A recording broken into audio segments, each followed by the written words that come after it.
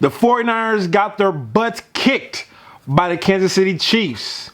And I am flustered and about to give you my thoughts, take, and opinions and my feelings on what's going on with the 49ers and this horrible loss. For some reason, we cannot beat the Kansas City Chiefs. I'm going to tell you why. Episode 7. Lock in. Let's go. I'm a 49er. I bleed red and gold. I've been faithful since I was 2 years old. We about to score quick and count another ring. Being a 49er means I'm a 49er. So the 49ers lose a game that they should have won, and they had every capability of winning. But guess what? Everyone's getting hurt. Every single person on the 49ers is getting hurt, and it's driving me crazy that the play calling mixed in with the players' attitude, the adjustments, I don't know. There's something different about this 49er team, and it's driving me insane.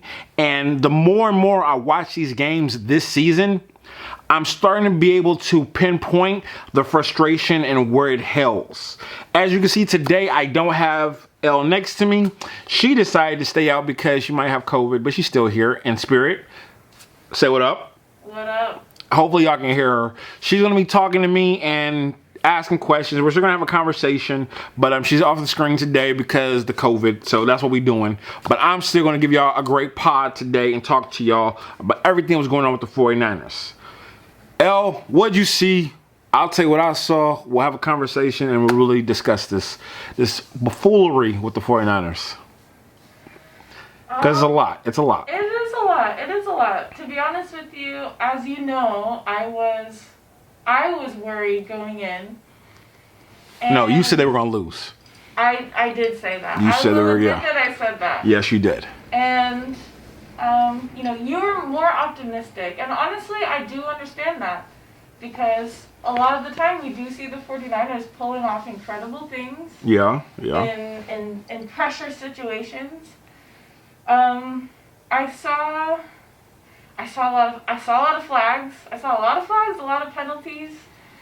I saw on bonehead stuff. Yeah. On bonehead stuff. And my frustration is, for some reason, on a game that was so big, so monumental for the 49ers to succeed and to get over the hump of beating the Kansas City Chiefs, a team that they have not beaten, they are doing the most bonehead things to stop them from being successful. And that's the part that drives any coach, any player insane, is that you can't beat a team in front of you and then beat up yourself. That makes no sense, no logic, and the 49ers continuously did this entire game. Beat up themselves. They're playing against the refs. They're playing against themselves. They're playing against the Kansas City Chiefs. And it's just a huge melee of everyone not being on the same page. Yeah. And that all stems from one person, and that's Kyle Shanahan. Kyle Shanahan is the voice, the soul, everything to this team. It can't just be the players. It has to be the coach, and they have to feel your thrive, the way you call plays, the way you speak to the media, the way you deal with everything. And from what I'm seeing, it's like he doesn't care. And I know he does care, but it's the feeling of, I don't think he cares. I don't know what's really going on. How do you explain this? It's a lot. It's a lot. Would you say that, in other words, to put what you're saying differently, they're not playing in order to win the Super Bowl? Or Kyle Shanahan is not playing in order to win the Super Bowl? I think he's calling plays in a way to just get through the day. And he's not really dialing up the saucy plays and doing the things that could work. He's doing the things that are safe. And he's playing it safe right now for whatever reason. I don't know that reason, but the play calling looks super safe, lackluster. Like when I go to a ice cream parlor, like I want the most exotic flavors. You know what I mean? Give me something with some exoticness, something I ain't seen before. I thought when we got Kyle Shanahan, that's what we were getting. A coach that could call these exotic plays that we'd never seen before, that was super futuristic and super, light years ahead of its time. But what I'm getting is vanilla ice cream. So why would a man who knows how to play exotic football, why would he choose vanilla? I honestly don't know yet. I think it's more so of he's saving the best for later on for whatever reason that could be. That could be the reason of getting Christian McCaffrey back. It could be the reason of getting everyone over the hump of the bye week. I don't know, but it feels very vanilla ice creamish. And me being a 49er fan and me wanting Kyle Shanahan to be the head coach, I never wanted vanilla ice cream. I wanted to see some exoticness. I wanted to see some exotic plays. I would like to see things thriving. But you can't really do thriving things with a backup of a backup of a backup. And that was the problem with today's game. So yeah, the frustration for me comes from, I'm tired of vanilla ice cream with the play calling from Kyle Shanahan. He needs to step it up and call real exotic plays. You supposed to be this futuristic in the future of play calling. I'm tired of seeing 21 personnel of Kyle Juszczyk going in motion and for nothing to happen for 2 yards. And of course, the Kansas City Chiefs has a phenomenal run-stopping defense. But if we already knew that going into the game, why would you not prepare to have more exotic zone schemes dialed up to combat this run-stopping defensive line? And it's because he's being lazy. And that's just my opinion. Off of the play calling of what I saw today, the play calling was mad super easy, super 21 personnel, super plain Jane, and it needs to get opened up. Open up that playbook. Open up the secret sauce. Because if you got it, we should be seeing it, and he's just not pulling it out right now for some reason. Who knows? But if the people that are on the field are backups of a backup, can they handle the exotic plays? They're professionals. They're professionals. You're getting paid money to do a job. So you need to do your job.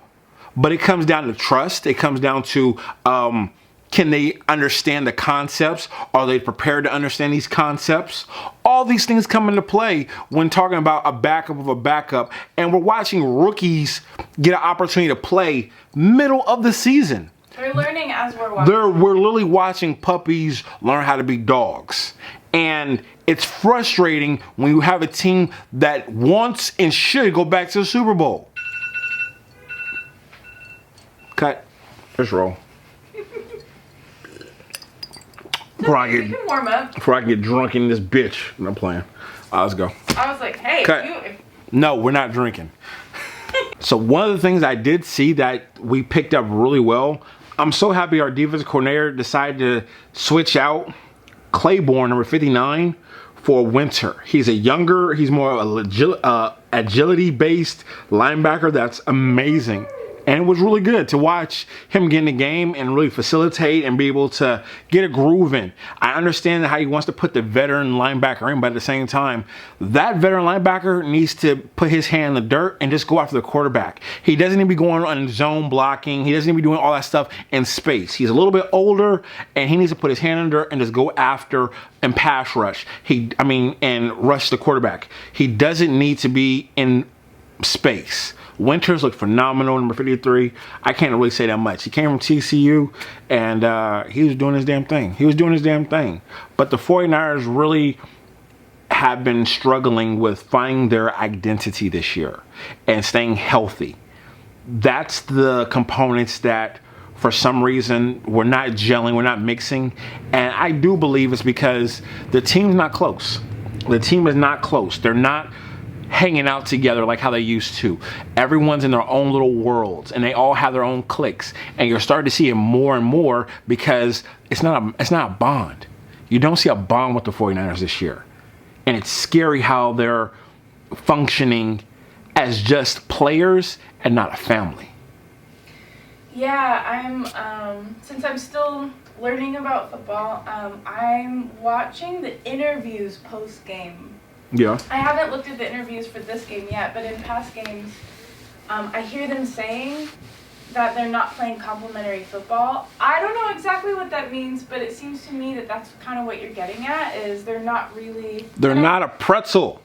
Yeah. They're not a pretzel. They're French fries. You know what a pretzel is? It's a piece of dough that's wrapped together and locked in with some salt and some good honey mustard, some spicy mustard. Okay, some Dijon mustard.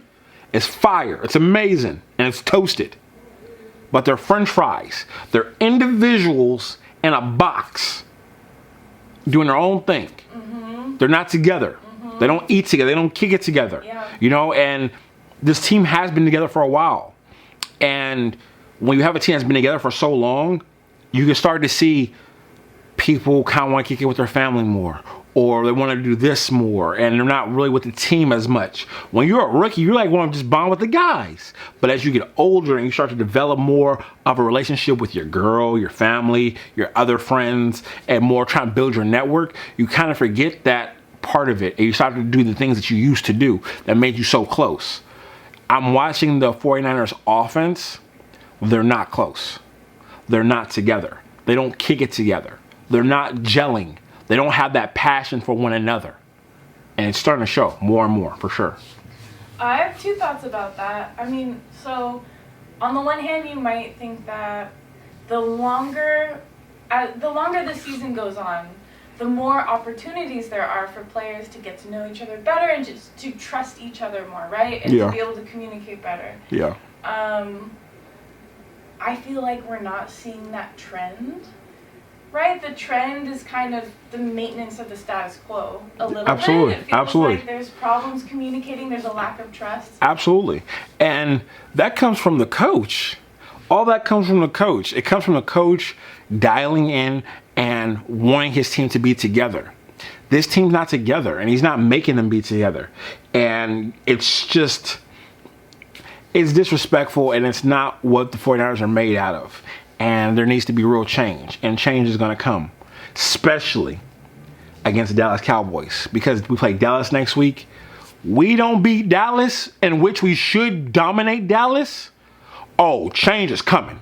Without a shadow of a doubt, change is coming. We don't beat Dallas, but we're going to beat Dallas. You know, we're definitely going to beat Dallas. That's going to be a game that we should definitely dominate and win without a shadow of a doubt.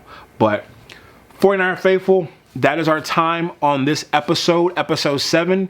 If you liked our content, be sure to drop in the comments. Give us your thoughts, give us your take, give us your thoughts on how the 49ers played. We all know they played crappy, but give us some more details, and I'm going to be in the comment section replying back to you and telling you my thoughts and opinions. Be sure to give a thumbs up. Everyone that watches this, if you are 49er faithful, give a thumbs up, subscribe to the YouTube channel. Thank you so much for watching, and until next time, next week, episode 8, we play the Dallas Cowboys. We're going to so much dominate them. Oh my gosh, I can't wait. Yo, till next time, thank you.